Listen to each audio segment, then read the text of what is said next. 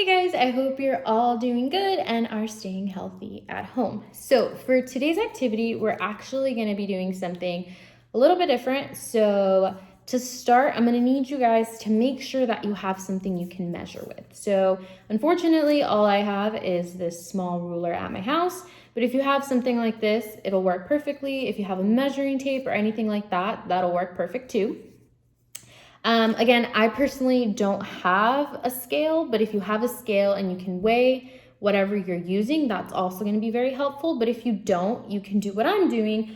And basically that's just grabbing containers of food because they already have the labels of how much is in them. So even though the jar itself weighs some, we're going to take that factor out and only go with what's inside. So for example, I'm going to be using this peanut butter and there's 40 ounces in here. So I know that the weight is give or take 40 ounces. So that's what I'm going to be going with.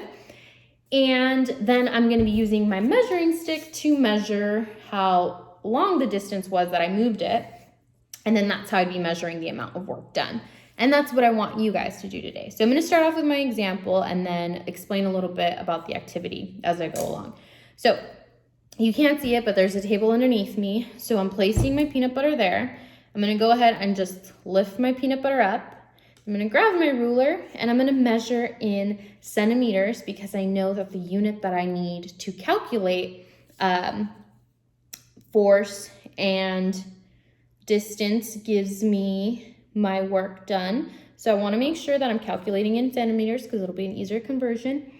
And I moved that about 20 centimeters. So give or take 0.2 meters up.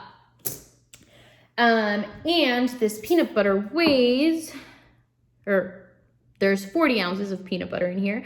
So then I would just make that conversion. So I'm not going to bother with trying to do that math right now. So I'm going to go ahead and look up how much 40 ounces is in newtons. Because remember, in order to be able to work out these equations, we need to make sure we have the correct units, and those units are newtons and meters. So 40 ounces is it's 11.12. So I'm going to go ahead and just round to 11. So 11, and I was at about 20 centimeters, which means I was 0.2 meters. So I would do that multiplication and then that would give me my work and then I would have my answer.